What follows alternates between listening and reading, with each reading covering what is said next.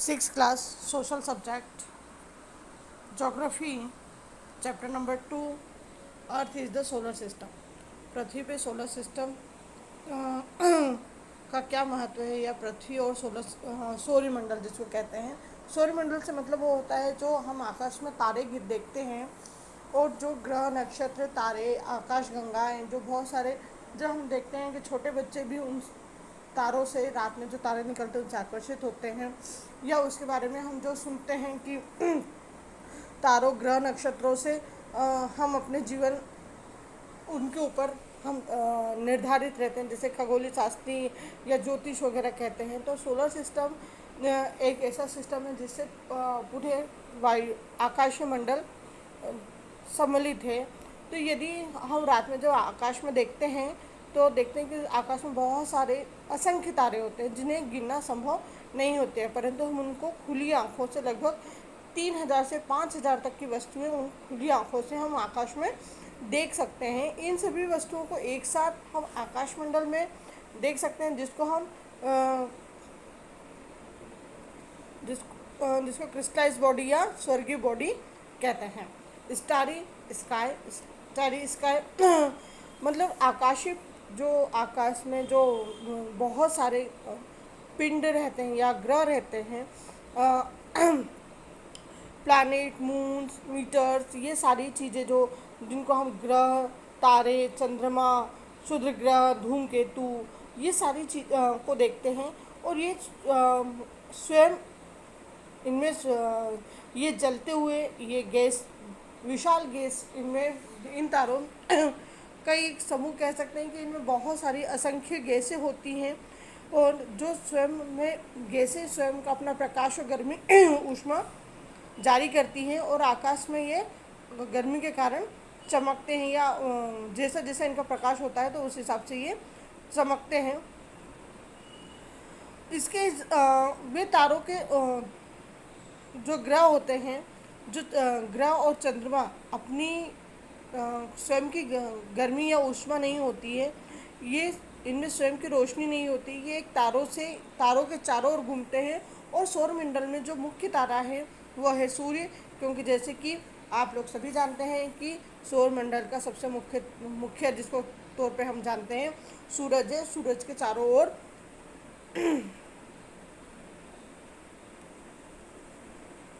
सूरज के चारों ओर सभी ग्रह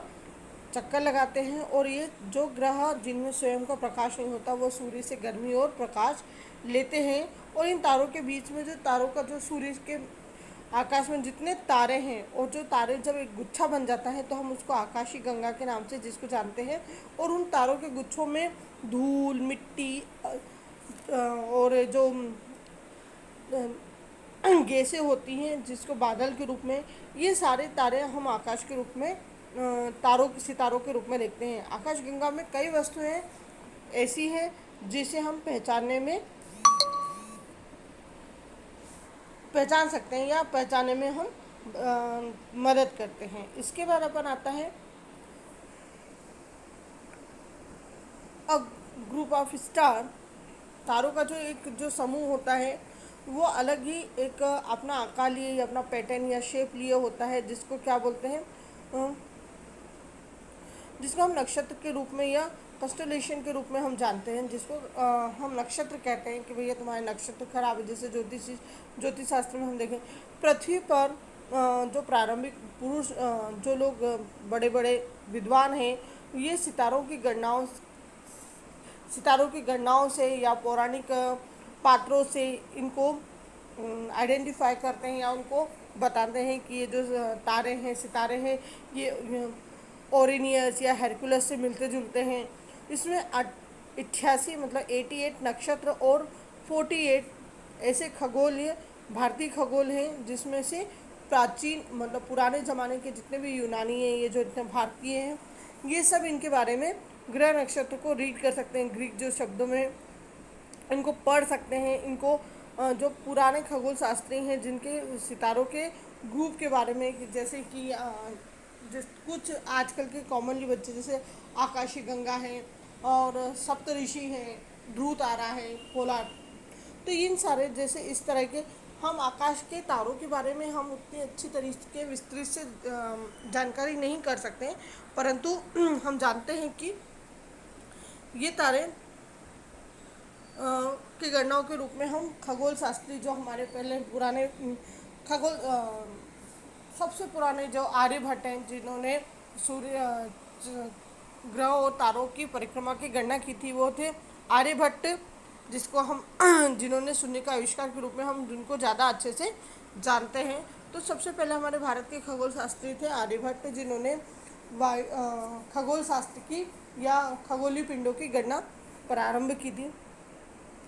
तारों का एक जो समूह होता है वो जैसे कि एक अपना अलग ही रहता है। एक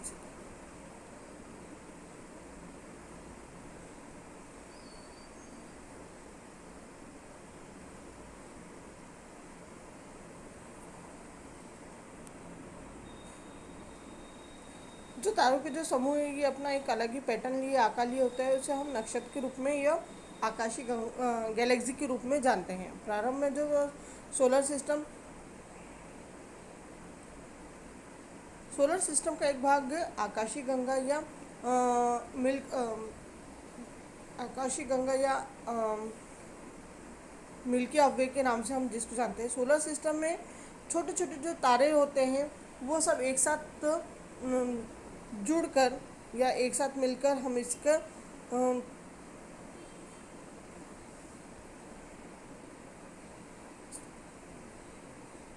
आकाशीय गंगा कई तरह से होती है, जैसे कि सर्कल में, जैसे कि आपने ये पहले के एक सेकेंड, जैसे ये आप देख रहे हैं कि ये सर्कल में होती है। फिर इसके बाद ये नीचे देखें तो आप ये milky of the way Galaxy, ये आकाशीय गंगा कई तरह से होती है। स्पिरिकल भी होती है और एक संभी आप लोगों ने रात में कभी देखा होगा कि कभी कभी आकाश में तारों का एक बहुत बड़ा गुच्छा ये आकाश में दिखा देता है, जो बिल्कुल एकदम ऐसा लगता है जैसे सफ़ेद सफ़ेद यहाँ से कुछ अभी बिल्कुल तारों का एक जैसे बारात सी निकलती है इस टाइप में, तो उसको हम आकाशीय गंगा कहते हैं। वैसे आप लोग सोलर सिस्टम के सारे जितने भी ग्रह हैं उसके बारे में सभी जानते हैं कि सोलर सिस्टम में कितने होते हैं।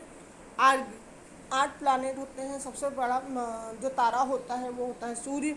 सूर्य में उसके बाद होता है आपका जो सारे ग्रह रहते हैं, एक सेकेंड,